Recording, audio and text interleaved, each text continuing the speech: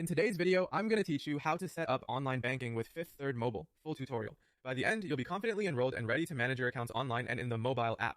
Before we begin, make sure you're on a private, secure internet connection and have your account information handy. Start by opening your web browser and going directly to the official Fifth Third Bank website by typing www.com into the address bar. Avoid using search links or pop-ups. Typing the address yourself helps ensure you're on the real site. Look for the padlock icon in your browser and the HTTPS in the URL to confirm the connection is secure. On the homepage, find the login button. Right next to it or within the main menu, you'll see an enroll or sign up link. Click that to start the enrollment process. This is the correct place to create your online access for both desktop and the Fifth Third mobile experience. You'll be guided through secure forms to verify your identity. Take your time here and only enter information on pages that show the secure connection indicators. You'll be asked for personal details that match what the bank has on file, such as your full legal name, date of birth, and information tied to your existing account.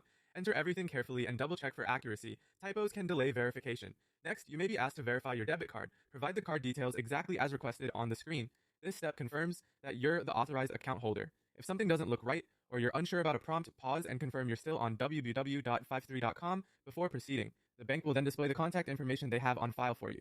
A one-time verification code will be sent to that email. Keep the enrollment window open, check your inbox, and enter the code promptly. These codes typically expire after a short time. If you don't see it right away, look in your junk or spam folders. Never share this code with anyone. From here, simply follow the remaining on-screen prompts to complete enrollment. Read each page carefully, review any disclosures, and continue only when everything looks correct. If you run into an error, use the back button within the site, not your browser's back button, to avoid losing progress. Once done, you'll be set up for online banking and ready to sign in on the web or through the Fifth Third mobile app. Remember to log out when finished and consider enabling security features like alerts for added peace of mind.